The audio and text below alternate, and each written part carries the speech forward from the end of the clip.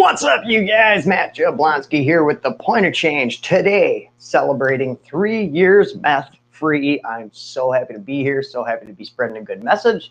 So thankful to be alive, so thankful to have started the page that I've started, to have all you guys here with me celebrating. I'm so happy today. Today is awesome. I'm pumped. Could you guys see my new intro video? Did you see it? Did you see it? Did you like it? Was it awesome? I absolutely loved it. I'm super pumped about it. Looks so professional. It looks so good.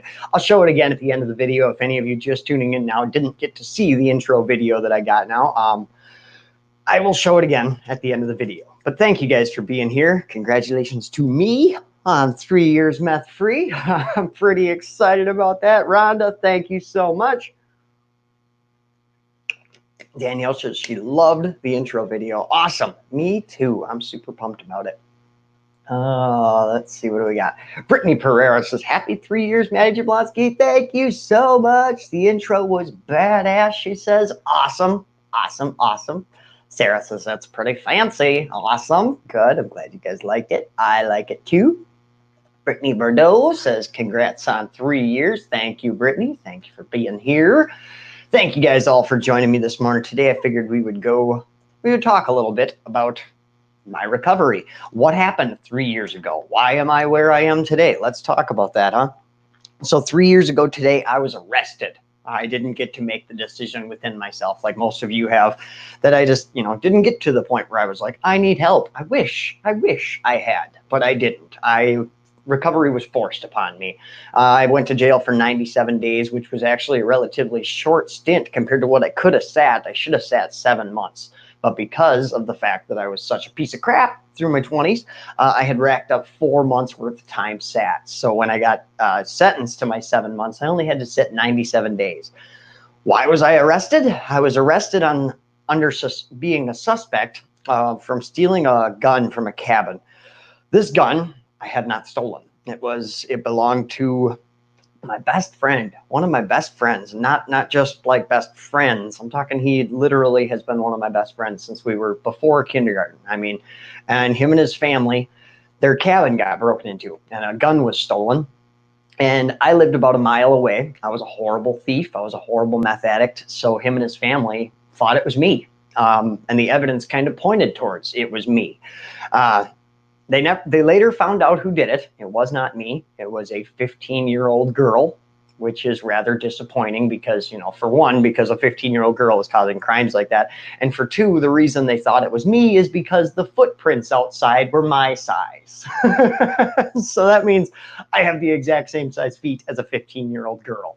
So yes, I'm tiny. But anyways, during their investigation into this gun being stolen, they found a gun that I actually had stolen. I had stolen a shotgun from a meth dealer, from my meth dealer, and then I turned around, I sold the shotgun, and then I came back and bought more meth with the money I got from his stolen shotgun. Yeah, pretty ballsy, right? The crazy things we do when we're high. But I came together, you know what I mean? So anyways, cops come and arrest me, and I thought the only reason I could think in my meth littered brain at that time, the only thing I could think that they were there to arrest me for was I missed probation, because I was always missing probation, constantly missing probation. So I figured it was a probation violation was the whole reason I was being arrested. And when I told him that, he said, do you know why I'm arresting you? I said, because I missed probation. And he said, not exactly, and slammed the cop door and took me away. And nobody really told me what the hell was going on for the next couple days. I sat in a jail cell. Those first couple weeks in that jail cell, I really didn't leave my bunk. I was pretty dead, I'd been awake for I don't even know how long. So I pretty much would get up and eat my food and then go back to my bunk and go back to sleep. And it stayed that way for a couple weeks. And then when I went to get sentenced for everything, the judge looked at me. And he'd seen me so many times, like numerous times. I'd been in this guy's courtroom. And he looked at me and he said, Mr. Jablonski, normally in a revocation case, we like to weigh the good with the bad. But in your case, sir, there simply is no good. And he hit me with the maximum sentence of 7 months. It was 6 months for THC and 1 month for the paraphernalia. They ran them concurrent, or not concurrent, they ran them consecutive end to end. So I got 7 months.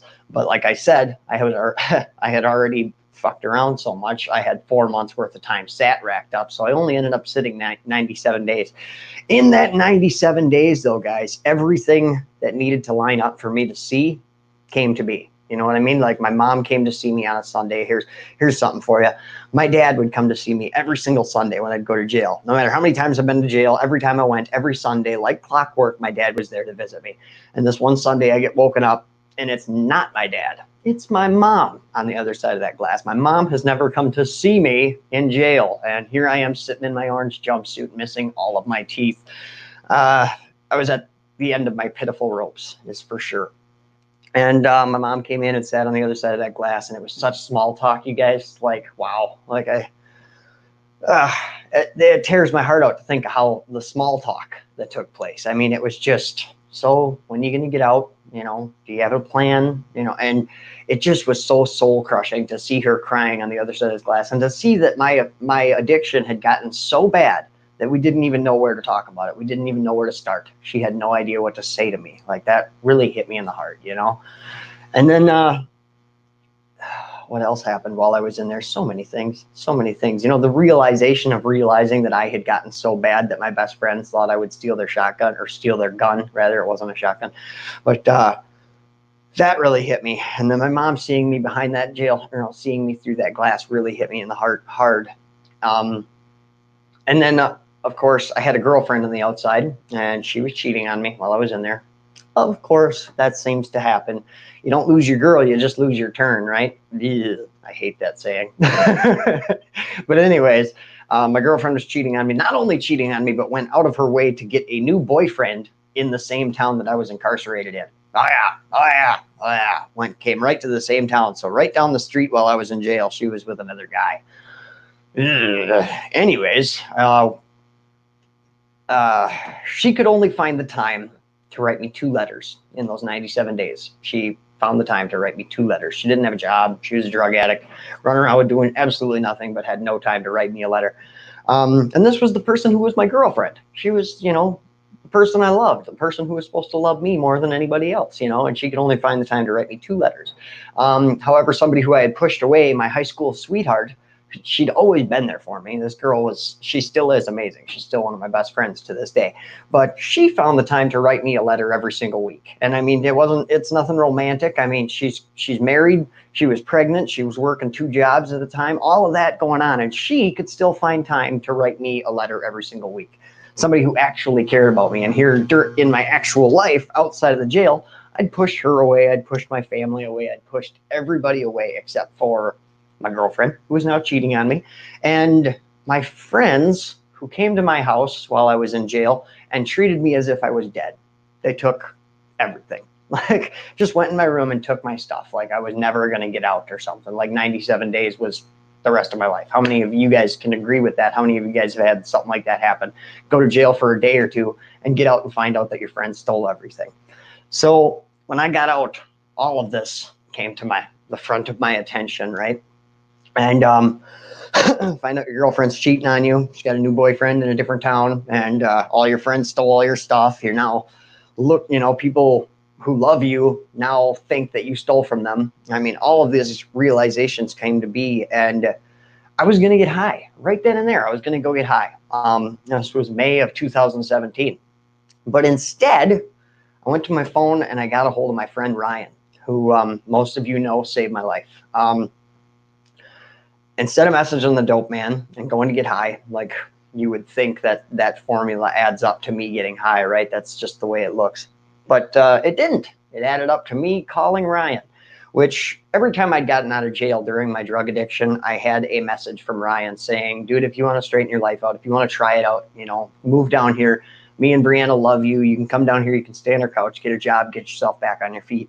And I'd always turned him down. Always told him no, because the real reason was because I wanted to do drugs, and I knew Ryan would make me quit smoking meth if I moved down here.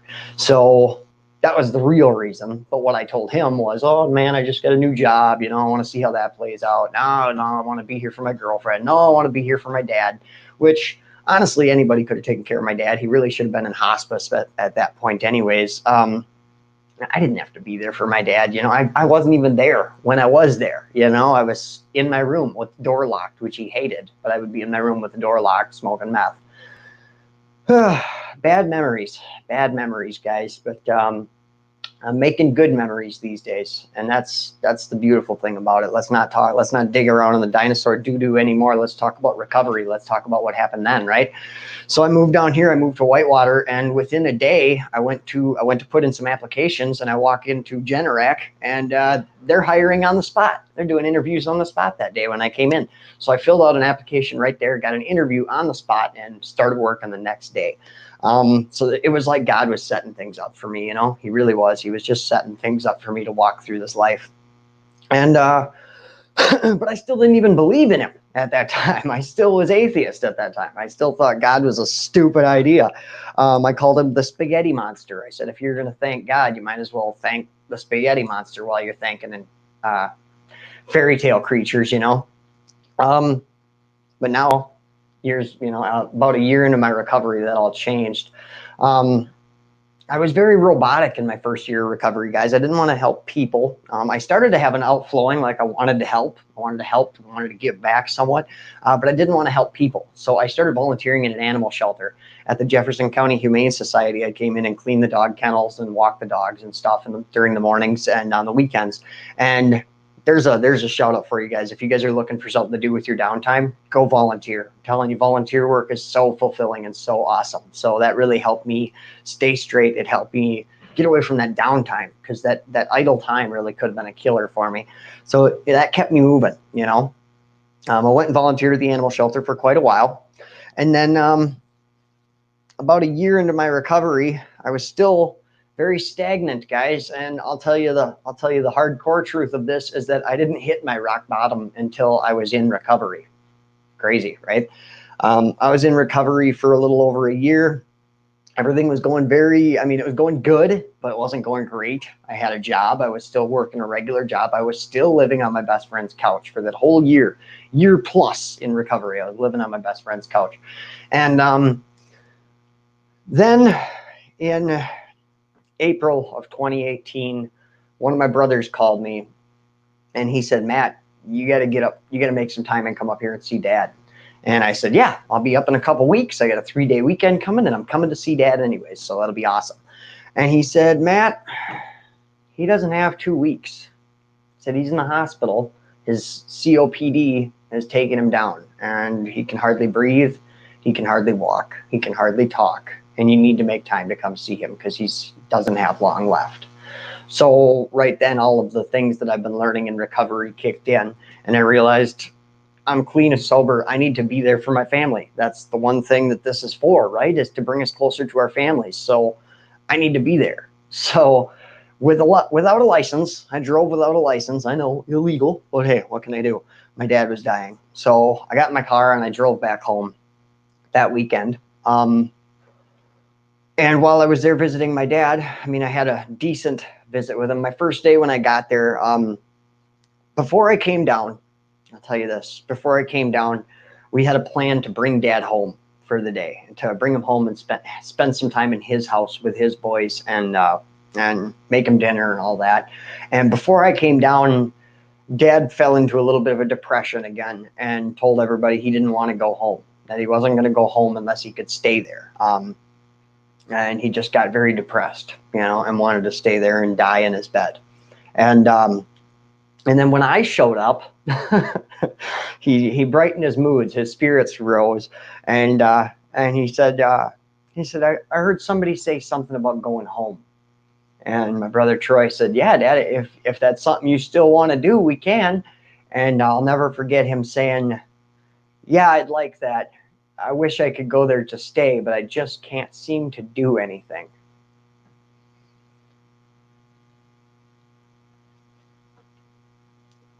And that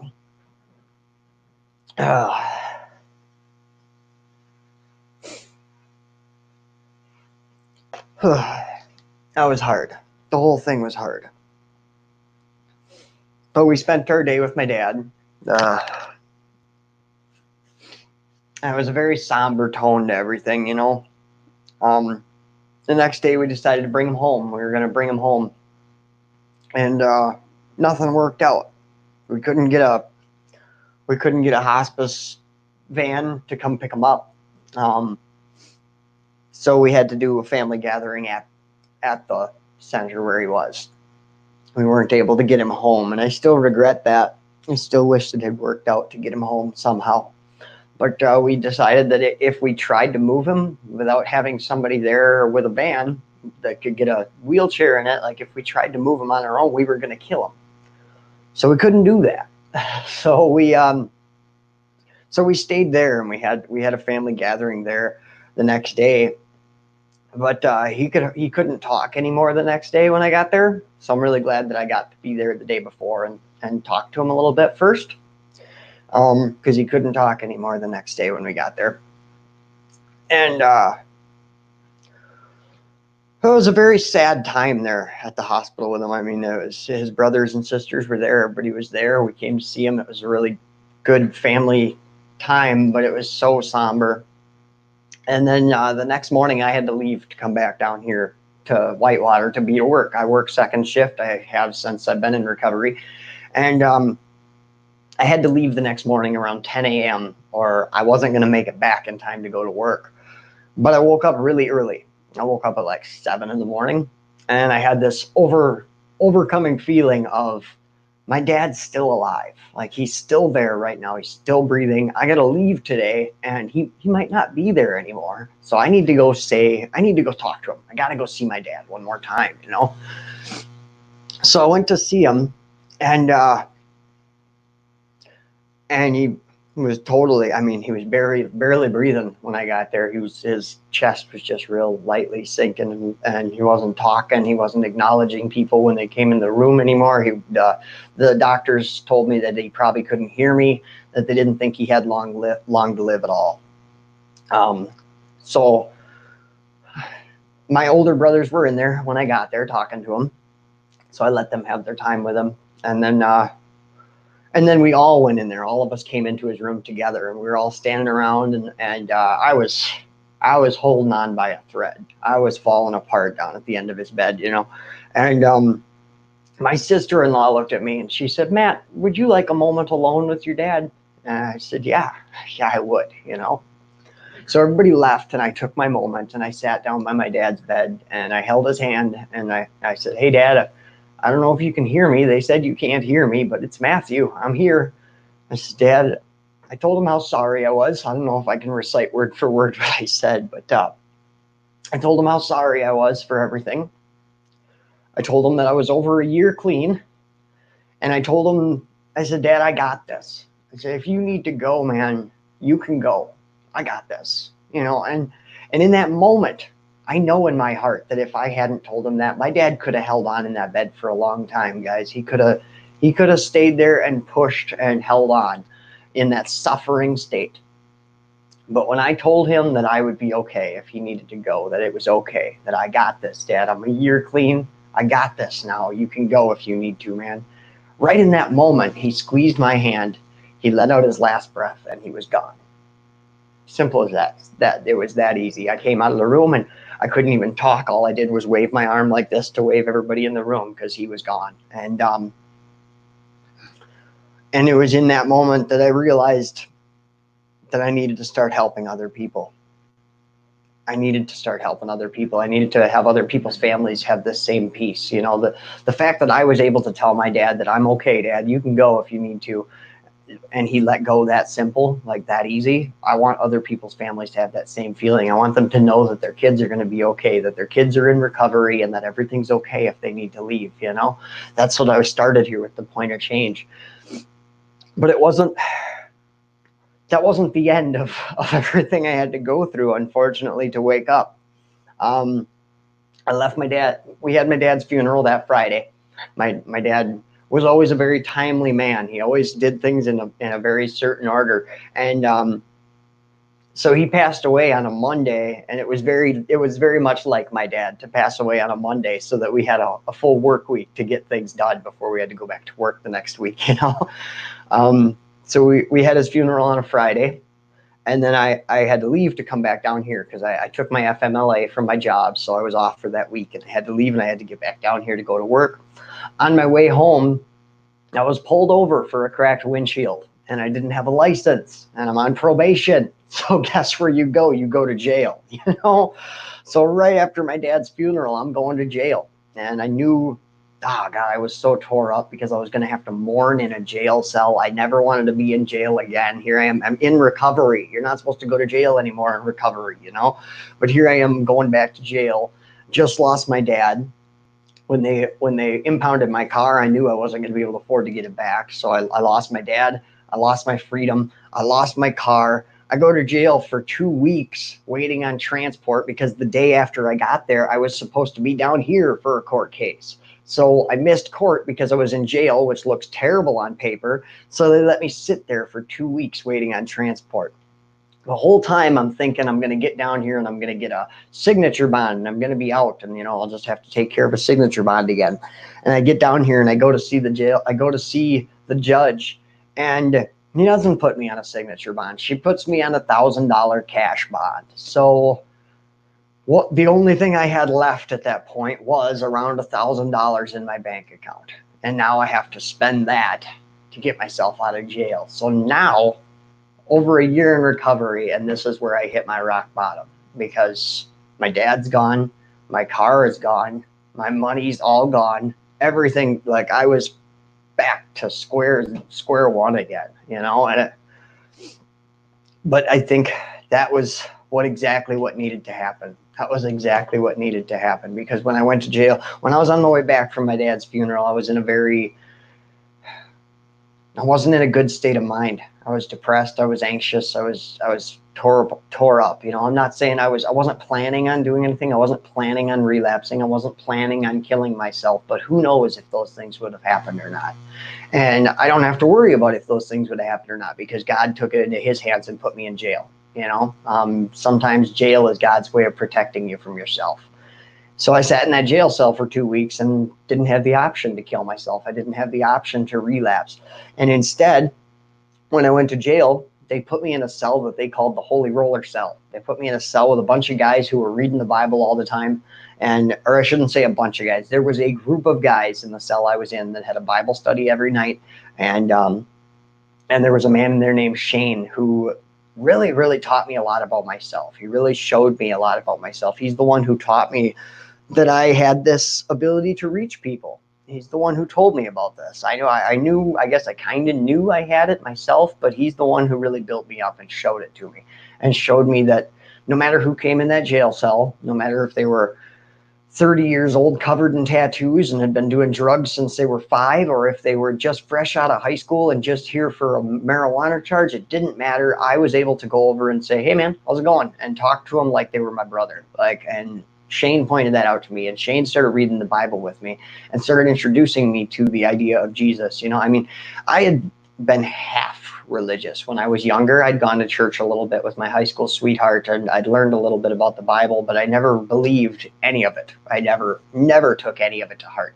But this guy had a way of explaining it that really let it sit in, that really let it set into my system, you know, and he helped me realize that I needed to start helping people, that I needed to start using my God-given talents of being able to relate to people and being able to help people. That I needed to start putting that into work. So it was shortly after that, when I got released, that I started the Point of Change. I joined a few addiction groups here on Facebook, and I started making posts in there and sharing my story in there, and people were blown away by it. People were amazed by it. I was getting messages and comments on my posts in there, just like I do on my page now. And that's what inspired me to start my page, was to, you know, because it was going so well just doing it as me in this group. I wanted to put a face on it. I wanted to start speaking. I wanted to start helping more people, as many as I could. I wanted to start speaking at high schools and do all of those things. I wanted all of those things to happen. And fast forward to today, that's what I'm doing. That's how it's going, guys. I'm like, it's like everything was set up perfectly for me to start the Point of Change and for me to be where I'm at today. And what happened couldn't have happened another way, because I'm still alive and because I'm still here and because we're still going strong here on the Point of Change, right? So it was all meant to happen. So sometimes you don't hit your your lowest of lows, it might not come while you're an active addict. I guess in my case, I can mostly chalk that up to the enabling that I caused other people to do to me. I don't like to say that my dad enabled me. I like to say I forced my dad to enable me, because if he wouldn't have enabled me, I would have left. And I knew that. I knew that my dad loved me and didn't want me to go anywhere, so I used it against him. I used so many things against him, and I regret every one of them. I wish I could, see him again and take those all back, but unfortunately that opportunity has passed. But that's what I'm doing here with the Point of Change. I'm continuing what I promised my father. I'm continuing, and hitting 3 years meth free today is just a cherry on top of the cake. I wish my dad was here to see this. I wish my dad was here to watch this video, or so he could be here in this video with me. I know he's here in spirit. Don't drop all that in the comments. I get it, but you know that that's not what I'm saying. I miss him every day, but I am extremely thankful that my dad was able to see me get over a year clean before he passed. I was able to tell him I'm sorry for everything I did. I was able to make amends with him before he left this earth. And for that, I am truly, truly thankful. And it has been an amazing ride. This recovery has not been all sunshine and rainbows for me. That's for damn sure. It's been a struggle. I've almost given up so many times. I've almost given up on my recovery. I've almost given up on my new life. I've almost given up on this page, but I never have. I keep pushing. I keep pushing every day. And when I have those negative thoughts, when I have those feelings that I need to quit, I exchange them with good, positive thoughts. It's not an instant. I can't just stop the thoughts before they happen, but I can remind myself. I can use those negative thoughts to remind myself to think something positive. And that's the way I've been using. It's the way I've been using my negative thoughts, to let them trigger me to think something positive, and I hope you guys do that same thing. And I hope you guys are having an amazing time in recovery. I hope you stay in recovery. Thank you for making the choice to step away from the drugs that were killing you. Not only from me, but from your family, from your friends. Thank you. You have no idea what recovery does for everyone around you. We know so well that the ripples of evil, when you're doing evil and causing bad, the ripples go out so far and they affect so many more people than you know. The same is true for positivity. The same is true for doing good things. The ripples of positivity go out and they touch more people than you know. So just stay right. You have no idea how many people you're helping just by staying right, guys. Thank you guys for listening to all this. I'm going to let you guys go. I'm going to play my intro video for you one more time before I go. Excuse me. So you guys can see it. But thank you all for joining me today. Thank you for wishing me the happy anniversaries and the happy 3 years. This has been an amazing journey, and I just want to keep it up, guys. I love you all so much. Stay happy, stay healthy, and stay clean.